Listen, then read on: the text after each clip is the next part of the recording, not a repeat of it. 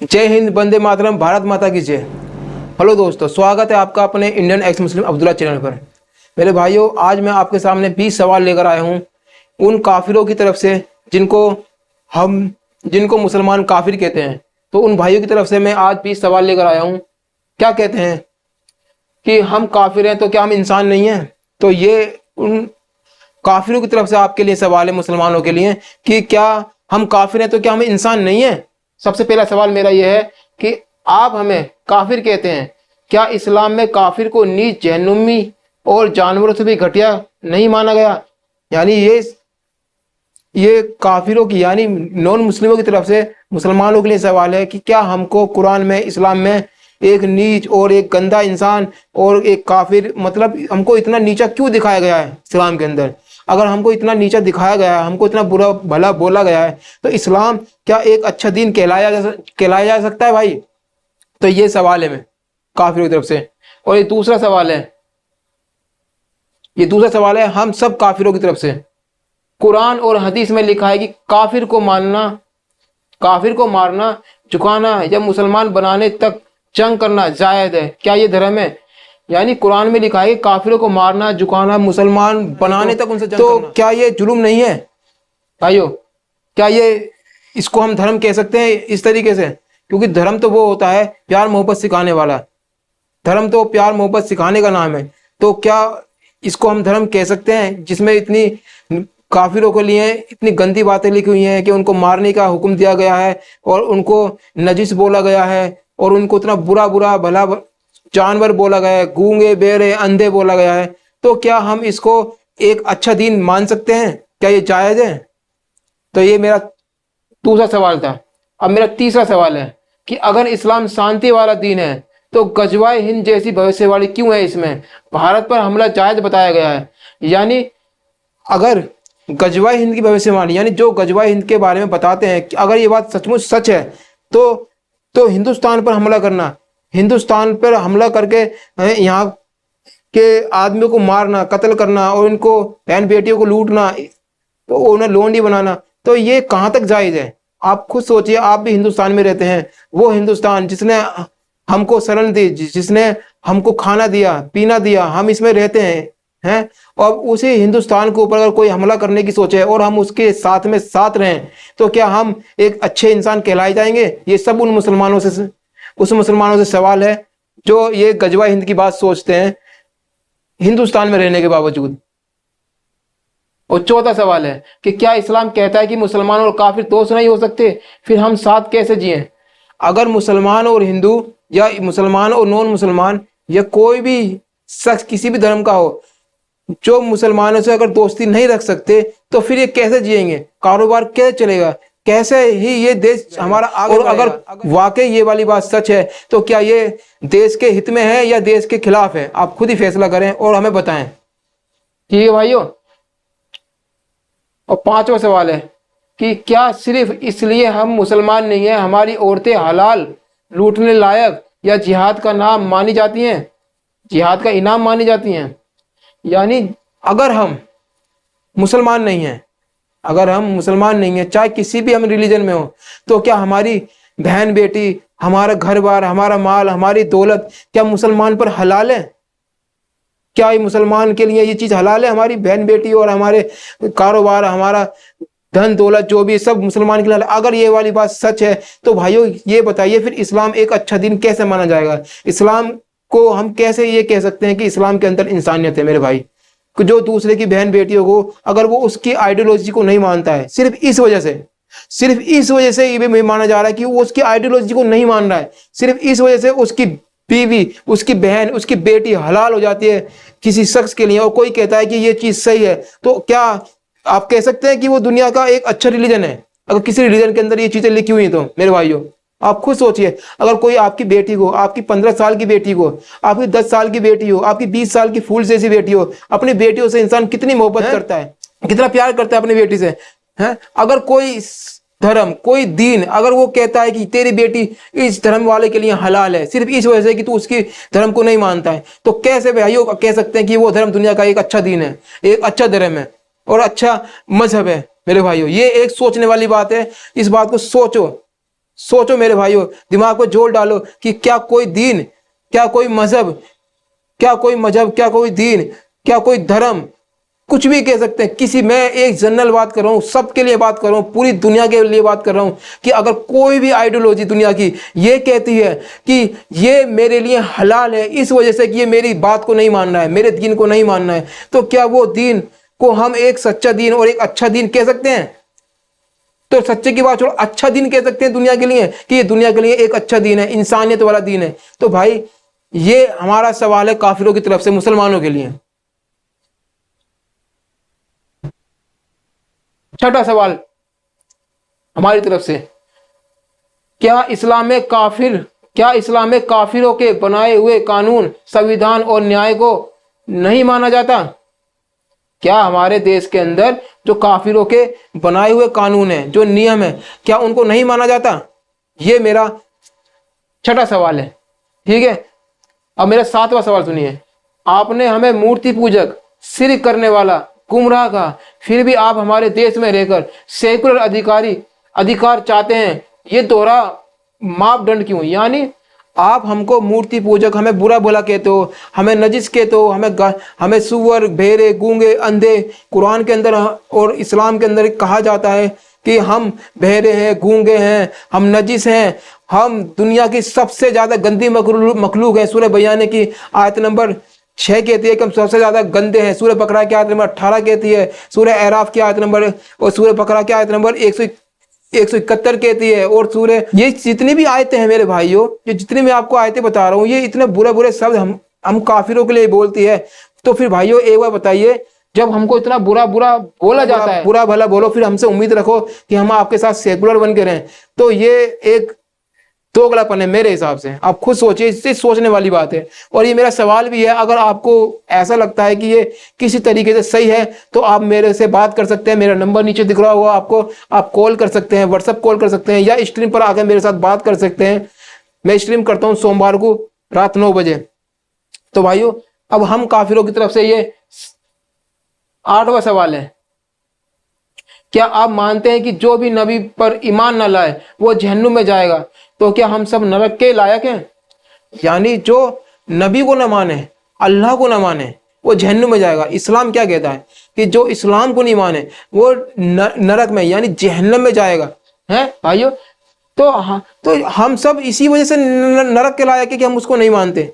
यानी अच्छे कामों की कोई कीमत नहीं है, कोई इंसान कितना भी अच्छा काम कर ले उसकी कोई कीमत नहीं है। सिर्फ अल्लाह को मानना, नबी को मानना, सिर्फ यही एक अच्छी चीज है। क्या ये एक अच्छी, यानी एक शख्स अल्लाह को, नबी को मानता है, फिर वो कितने भी गलत काम करता है, कितने भी बुरे काम करता है, और वो तौबा कर ले सच्ची, तो वो जन्नत में चल जाएगा। और एक काफिर कितने भी अच्छे काम कर ले, दुनिया का सबसे अच्छा इंसान ही बन जाए, दुनिया का सारे अच्छे काम भी कर ले, और मरने के बाद और उसको नरक मिले, तो उससे अच्छे कामों की कोई कीमत नहीं। तो इसका मतलब ये हो गया कि इस्लाम के अंदर अच्छे कामों की कोई कीमत नहीं होती। इस्लाम के अंदर कीमत है सिर्फ ईमान की, अल्लाह को मानना और नबी को मानना। तो मेरे भाइयों, खुद सोचो कि ये सोच कैसी सोच है कि सिर्फ मेरे को मानना है। तो ये एक इंसानी फितरत होती है कि मेरे को मानना। अगर सचमुच कोई खुदा ये वाली बात लिखेगा, ये वाली बात कहेगा, तो खुदा ये कहेगा कि जो मेरा अच्छा बंदा है, जो मेरा सच्चा बंदा है, जो मेरा अच्छे काम करने वाला बंदा है, वो जन्नत में जाएगा, बुरे काम करने वाला जहन्नम में जाएगा। ना कि मुझे माने या ना माने, भाई मेरे को कोई फर्क नहीं पड़ता। अल्लाह को क्या फर्क पड़ता है मैं अल्लाह को ना मानूं, अल्लाह को कोई इंसान ना माने, अल्लाह को क्या फर्क पड़ता है? अगर नबी को ना माने, अल्लाह पे क्या फर्क पड़ेगा? वो बंदा एक अच्छा इंसान होना चाहिए, उसके दिल में एक रहम होना चाहिए, दूसरे की बहन बेटियों की इज्जत करनी चाहिए, है वो अच्छा इंसान होना चाहिए। जो अच्छा इंसान होगा वो जन्नत में जाएगा, जो बुरा इंसान होगा वो जहन्नम में जाएगा। ये होना चाहिए था ना जी। जन्नत और जहन्नम का जो हिसाब किताब बनाया गया है वो एक ईमान के ऊपर बनाया गया है, जबकि ईमान के ऊपर नहीं, अच्छाई और बुराई के ऊपर बनाना चाहिए था। तो ये भी मेरी तरफ से और हम काफिरों की तरफ से सवाल है मुसलमान भाइयों के लिए कि इस पर भी नजर डालें और गौर करें और मेरे सवालों का जवाब दें, मेरे इस सवाल का जवाब दें। अब ये 9वां सवाल है, क्या कुरान की नजर में पूजा हमारे देवी देवता झूठे हैं, हम शैतान के रास्ते पर हैं? यानी हम जो काफिर हैं, जो हम अपने भगवान की या अपने खुदा की इबादत करते हैं, यानी जो हिंदू लोग या जो और रिलीजन के लोग जो अपने देवी देवताओं की या अपने रिलीजन की इबादत करते हैं रिलीजन की इबादत करते हैं और उनको झूठे और शैतान के रास्ते पर चलने वाला बताया गया है। एक बार बताइए, आप खुद सोचिए इस चीज को कि कोई भी इंसान दुनिया का वो किसी भी धर्म के अंदर पैदा हो, जिस धर्म के अंदर वो पैदा होता है वो उसी धर्म को फॉलो करता है। अगर एक मुसलमान घर में पैदा होता है तो वो जाहिर सी बात है वो नमाज पढ़ेगा। एक हिंदू का बच्चा वो पूजा करेगा। एक क्रिश्चियन का बच्चा जो ईसाई होते हैं वो ईसा अलैहिस्सलाम को मानेगा। एक सिख वाले वो अपने वाहिगुरु को मानेगा। कोई भी रिलीजन के बच्चे वो अपने रिलीजन को ही मानेंगे, वो बड़े होकर वो अपने रिलीजन को ही मानेंगे। ठीक है भाई, अब एक बार बताइए, जब वो अपने रिलीजन को मानेगा तो इसमें उसकी क्या गलती है? और फिर उसको उस रिलीजन को मानने की वजह से अब उसको हम कहें कि तू जहन्नम में जाएगा, तू नरक में जाएगा, तू शैतान है, तू ये है, तू फलाना है, तू ढिमका है, तू सूअर है, तू जानवर है, तू बहरा है, तू भाई एक बार बताइए, जब वो उस रिलीजन को मान रहा है किस वजह से मान रहा है? क्योंकि वो उस रिलीजन में पैदा हुआ है। और पैदा किसने करा है? अल्लाह ने करा है। जब अल्लाह ने उस रिलीजन में उसको पैदा करा है तो इसमें उस बंदे की गलती थोड़ी ना हुई, इसमें तो उस अल्लाह की गलती हुई ना जिसने उसको पैदा करा है। अगर आप उस चीज को गलत बता रहे हैं तो उस चीज में पैदा ही क्यों किया? उस चीज को पैदा, पहले तो आप उसको उस चीज में पैदा करते हो, उस रिलीजन में पैदा करते हो, उस धर्म, फिर आप कहते हैं कि वो रिलीजन गलत है, अब आप जहन्नम में जाओगे। तो भाइयों ये भी एक समझ से बाहर है। और इस बात का भी आप जवाब दे सकते हैं हमारे को कि आखिर ऐसा क्यों है? ये हमको बिल्कुल ही गलत लगता है। अब ये 10वां सवाल है कि अगर कोई हिंदू मुसलमान बन जाए तो वो भाई बन जाता है, अगर कोई मुसलमान दीन छोड़ दे तो उसे मुर्तद कहकर मारने की सजा क्यों? यानी अगर कोई नॉन मुस्लिम इस्लाम कबूल कर ले तो वो मुसलमान का भाई बन जाता है, और कोई मुसलमान अगर दीन छोड़ दे तो उसे मुर्तद के तौर पर मारने की सजा है। तो भाइयों ये ऐसा दोहरापन क्यों है? ये ऐसा दोहरापन क्यों है? अगर मान लो कोई भी इंसान किसी भी रिलीजन को फॉलो करना चाहता है, ये उसका हक होना चाहिए, ये उसका हक होना चाहिए। क्यों होना चाहिए हक? सवाल ये बनता है हक क्यों होना चाहिए? हक इस वजह से होना चाहिए क्योंकि अल्लाह ताला ने जन्नत और जहन्नम बनाई है। जब अल्लाह ताला ने जन्नत और जहन्नम बनाई है तो फिर फैसला तो जन्नत जहन्नम के लिए हो गया ना। फिर तो बंदा जहन्नम में जाएगा बुरा है, और अच्छा है तो जन्नत में जाएगा। फिर आप उसको मारने की सजा क्यों दे रहे हैं? आप उसको मारने की सजा क्यों दे रहे हैं कि किसी ने अपना दीन छोड़ दिया तब उसे मार दो, और जो दूसरा बंदा इस्लाम में आ गया वो तुम्हारा भाई हो गया? भाई जब सारी दुनिया एक इंसान से बनी है तो सारे इंसान आपस में भाई होने चाहिए। सारे इंसान आपस में एक दूसरे के भाई होने चाहिए। खुद ही कहते हो कि सारी दुनिया एक इंसान से बनी है तो सारे भाई होने चाहिए ना। फिर ये दोगलापन क्यों कि अगर कोई हमारे दीन में आ जाए तो हमारा भाई है, दीन में नहीं आए है तो वो हमारा दुश्मन है, और कोई हमारा दीन छोड़ दे तो वो मुर्तद है, उसे मारने की सजा है? तो ये भी एक बहुत बड़ा सवाल है। अब 11वां सवाल है, क्या इस्लाम गैर मुसलमानों को जजिया टैक्स के नीचे जीने को कहता है? यह भी एक बहुत बड़ा दोगलापन है कि जिजिया जो होता है जो नॉन मुस्लिम पर लगाया जाता है। सबसे पहले भाइयों हम जिजिया को समझते हैं, आखिर जिजिया होता क्या है? ये हमको धोखे में रखते हैं जिजिया को टैक्स से जोड़कर। जिजिया असल में टैक्स नहीं होता है। टैक्स क्या होता है? टैक्स उसे बोलते हैं जो अमीरों पर लगाया जाता है। जो ज्यादा दौलत कमाते हैं तो उस पर कुछ रकम लगाई जाती है कि तुम्हें सालाना देनी है टैक्स के तौर पर। ठीक है, तो ज्यादा जो पैसे कमाने वाला है उसके लिए आसान होता है टैक्स भरना। ठीक है, लेकिन जिजिया क्या होता है? जिजिया उसे कहते हैं जो हर नॉन मुस्लिम पर लगाया जाता है जो मुसलमान नहीं है, और वो इस वजह से लगाया जाता है क्योंकि वो मुसलमान नहीं है, वो इस्लाम कबूल नहीं कर रहा है। इस वजह से उसे हर साल अपने बालिग लड़के का जिजिया देना पड़ेगा, और खुद का जिजिया देना पड़ेगा। हर साल कुछ रकम उसे बांधी जाती है, और इस पर कोई ये तय नहीं है कि वो पैसे वाला ही देगा, ये हर शख्स देगा, चाहे वो गरीब हो, रोटी कमाता हो या नहीं कमाता हो। अगर वो नॉन मुस्लिम है तो वो जिजिया देगा। मैं आपको मिसाल देता हूँ भाइयों, आप मिसाल को सुनकर खुद सोचना कि आखिर ये जिजिया खेल क्या है। और मान लीजिए 2 घर हैं, एक मुसलमान का घर है और उसके बराबर में एक नॉन मुसलमान का घर है।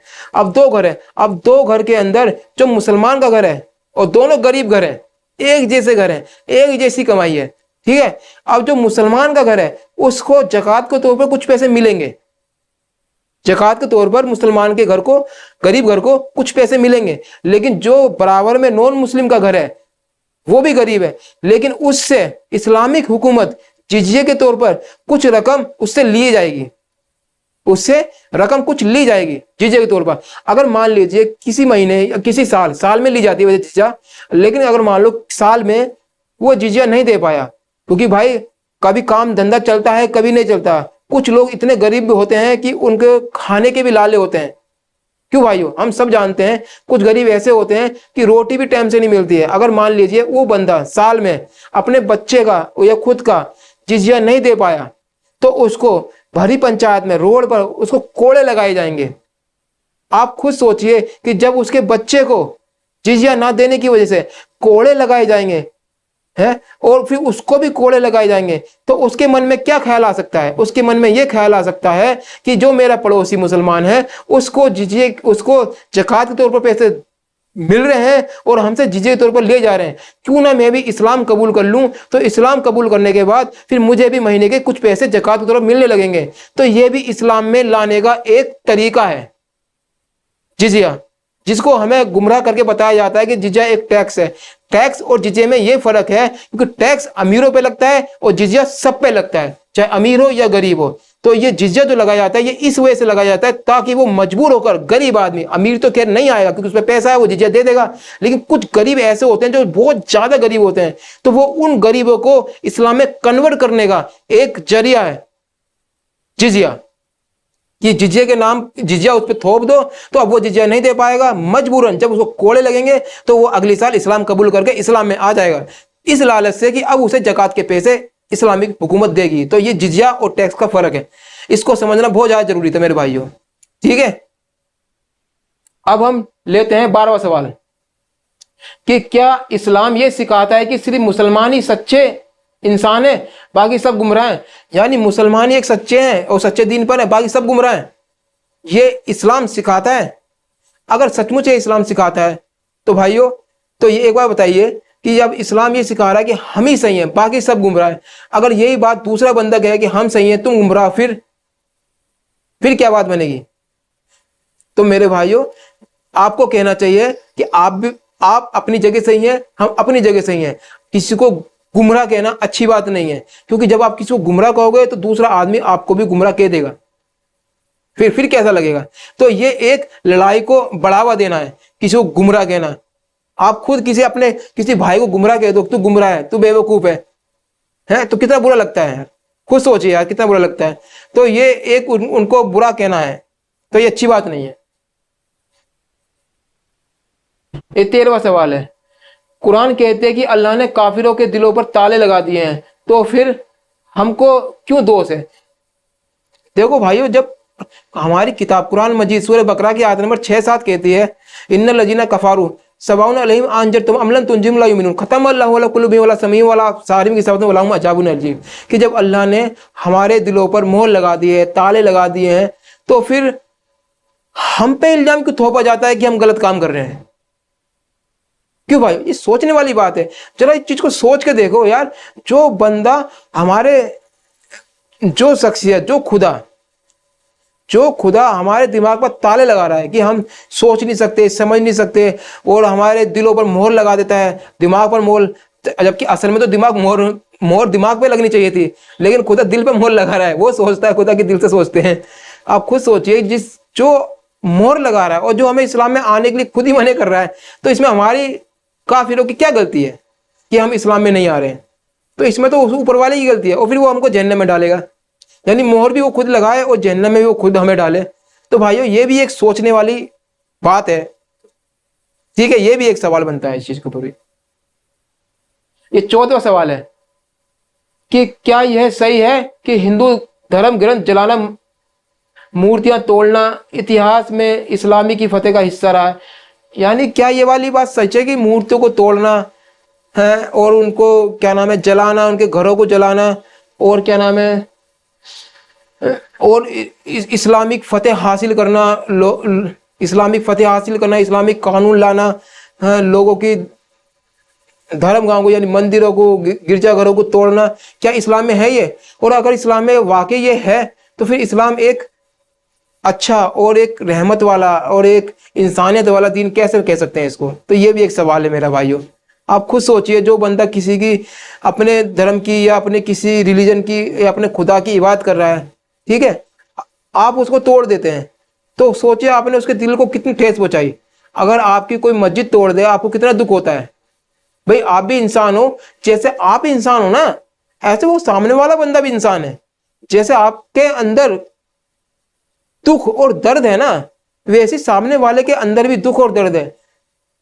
जब आपकी मस्जिद टूटती है तो आपको दुख होता है, तो सोचिए जब उसका मंदिर टूटेगा, उसका गिरजाघर टूटेगा, उसका गुरुद्वारा टूटेगा, तो उसको भी दर्द होगा। तो अगर कोई चीज इस चीज की इजाजत देती है और ये चीज अगर हुई है तो वो चीज कहां तक सही है? तो ये सवाल हमारा आपसे है भाइयों, ठीक है। अब 15वां सवाल है मेरा, क्या इस्लाम कहता है कि हर काफिर की लड़ाई आखिरी वक्त तक, क्या इस्लाम कहता है कि हर काफिर की लड़ाई आखिरी वक्त तक जिहाद से होनी चाहिए? यानी काफिर से जो लड़ाई करनी है वो जिहाद के तौर पर आखिर तक यानी अंत तक होनी चाहिए? ये सवाल हमारा मुसलमानों से है, हम काफिरों का, ठीक है भाइयों। 16वां सवाल, अगर कोई मुसलमान हिंदू लड़की से शादी करता है तो वह धर्म की जीत कहलाता है, और अगर हिंदू लड़का मुसलमान लड़की से शादी करे तो शर्त अंशजुदा।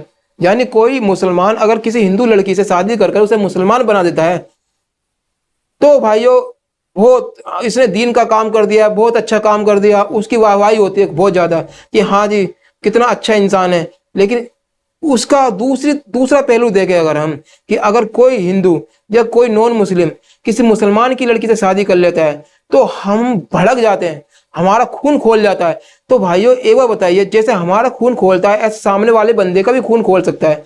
तो जब ये बात कही गई तो दोनों के लिए बराबर होनी चाहिए या फिर किसी के लिए नहीं होनी चाहिए?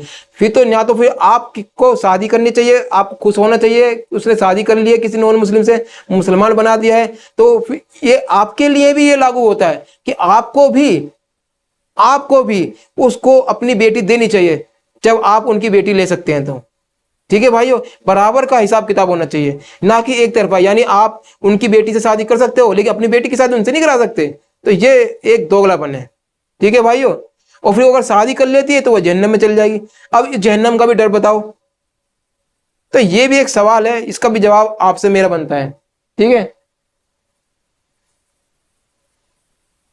17वां सवाल है, क्यों आप अपने मजहबी ग्रंथों को कानून को भारत के संविधान से ऊपर मानते हैं? यानी जो धर्म के जो ग्रंथ हैं, जो उनका कानून है यानी इस्लामिक लॉ है, उसको क्या आप भारत का जो लॉ है यानी भारत का जो कॉन्स्टिट्यूशन है उससे ऊपर मानते हैं? अगर मानते हैं तो क्यों मानते हैं? ये मेरा आपसे सवाल है। आखिर क्या खासियत है इस्लामिक कानून के अंदर जो हमारा हिंदुस्तान का कॉन्स्टिट्यूशन है, हिंदुस्तान का कानून है, उससे ऊपर आप इस्लामिक कानून को मानते हो? यह भी एक सवाल बनता है मेरा आपसे, ठीक है भाइयों। अब ये 18वां सवाल है, क्या दारुल इस्लाम और दारुल हरब की सोच अब भी जिंदा है? अगर हाँ तो भारत क्या है आपके हिसाब से? यानी ये दारुल हरब और दारुल इस्लाम की जो सोच है तो ये क्या आज भी है? और अगर है तो आप हिंदुस्तान को दारुल इस्लाम बोलोगे या दारुल हरब बोलोगे? क्यों? क्योंकि इस हिंदुस्तान के अंदर इस्लामिक कानून नहीं है। तो आपसे मेरा सवाल है, इसको दारुल हरब बोलोगे? और अगर आप इसको दारुल हरब बोलोगे तो फिर इस्लाम की रूह से जायज हो जाएगा दारुल हरब के साथ तो कयामत तक जंग करनी है, लड़ाई करनी है, जिहाद करना है दारुल हरब से। क्योंकि इस्लाम जो है ना दो ही पहलू देता है, एक तो दारुल इस्लाम और एक दारुल हरब। एक तो होता है इस्लामिक कंट्री, इस्लामिक देश, और एक होता है दारुल हरब जो नॉन इस्लामिक है। और इस्लाम वालों को नॉन इस्लामी वाले देश से कयामत तक जंग करनी है, ठीक है भाइयों। तो ये भी मेरा एक सवाल बनता है कि यानी हम हिंदुस्तान में रहते हैं, हम हिंदुस्तान का खाते हैं, हिंदुस्तान के अंदर जी रहे हैं, यहाँ पैदा हुआ, ये हमारा देश है और हमारा देश दुनिया का सबसे अच्छा देश है। हमारा देश दुनिया का सबसे अच्छा देश है। हमारे देश का कानून दुनिया के सबसे अच्छे कानूनों में से एक अच्छा कानून देता है। और उस देश के लिए जो देश तुम्हें बराबर का हिस्सा देता है, मुसलमानों को बराबर का हिस्सा देता है, बराबर समझता है कि जितना ओहदा हम हिंदुओं का है, हम काफिरों का है, हम नॉन मुस्लिमों का इतना ही हिस्सा इस देश पर, इतना ही हक मुसलमान का है।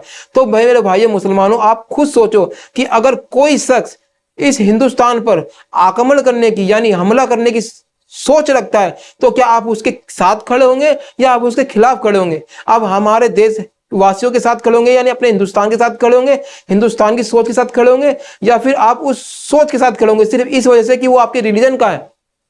तो रिलीजन के बेस पर आपको उनके साथ खड़ा होना है। अच्छाई की और सच्चाई की और जो हमारा देश आपको दे रहा है उसकी कोई कीमत नहीं है। तो ये भी एक सोचने वाली बात है मेरे भाइयों। अब मेरा 19वां सवाल है कि क्यों इतने सारे मदरसों में काफिरों के खिलाफ जहर भरा जाता है और उन्हें राष्ट्र विरोधी बनाकर इस्तेमाल किया जाता है? यानी जो मदरसों में जो काफिरों के खिलाफ जहर घोला जाता है कि काफिर है, जहन्नम में जाएंगे, और क्या नाम है, ये अच्छे इंसान नहीं है, बेवकूफ़ इंसान है, बुरे इंसान है, गंदे इंसान है, कहना नहीं मानते, ये है, उल्टे सीधे बात पढ़ाई जाती है। क्या ये इंसानियत के खिलाफ नहीं है? छोटे छोटे बच्चों को ये सिखाया जाता है। तो ये क्या सही चीज़ नहीं है? ये बुरी चीज़ है या सही चीज़? आप खुद सोचिए यार। कोई बंदा, मैं कई बार बता चुका हूँ इस चीज़ को, मैं फिर दोबारा बताता हूँ इस चीज़ को, मैं तिबारा बताऊंगा, मैं बार बार बताता रहूंगा इस चीज़ को कि भाइयों जो नॉन मुस्लिम है, जो नॉन मुस्लिम है, उनसे इतनी नफरत क्यों है इस्लाम के अंदर? क्योंकि वो नॉन मुस्लिम खुदा की वजह से मेरे भाइयों, खुदा की वजह से, वो अपनी मर्जी से नॉन मुस्लिम नहीं है, क्योंकि खुदा ने उसको उस धर्म में पैदा करा है। बुरा कहना है तो आपको उस खुदा को कहना पड़ेगा। 20वां सवाल है, लास्ट सवाल, क्या एक मुसलमान को भारत माता की जय बोलना, तिरंगे का सलाम करना हराम माना जाता है? क्या एक मुसलमान को भारत माता की जय बोलने में कोई प्रॉब्लम है? क्या तिरंगे को सलाम करने में कोई प्रॉब्लम है?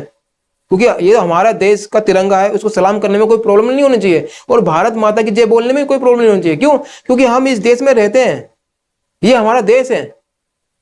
अगर हम भारत माता की जय नहीं बोल रहे हैं तो इसका मतलब ये हम भारत से ज्यादा अपने मजहब को मानते हैं, भारत से ज्यादा हम अपने दीन को मानते हैं, जबकि हमें सबसे ऊपर इंसानियत को और अपने देश को रखना चाहिए। सब चीजें बाद में होनी चाहिए, सबसे पहले हमारा देश होना चाहिए, देश के साथ हमारा लगाव होना चाहिए, देश से हमारी मोहब्बत होनी चाहिए। क्यों होनी चाहिए देश से मोहब्बत? क्योंकि भाई इस देश में हमने जन्म लिया है, ये मिट्टी हमें खाना देती है, ये गल्ला उगाती है, इसी वजह से हम जिंदा हैं।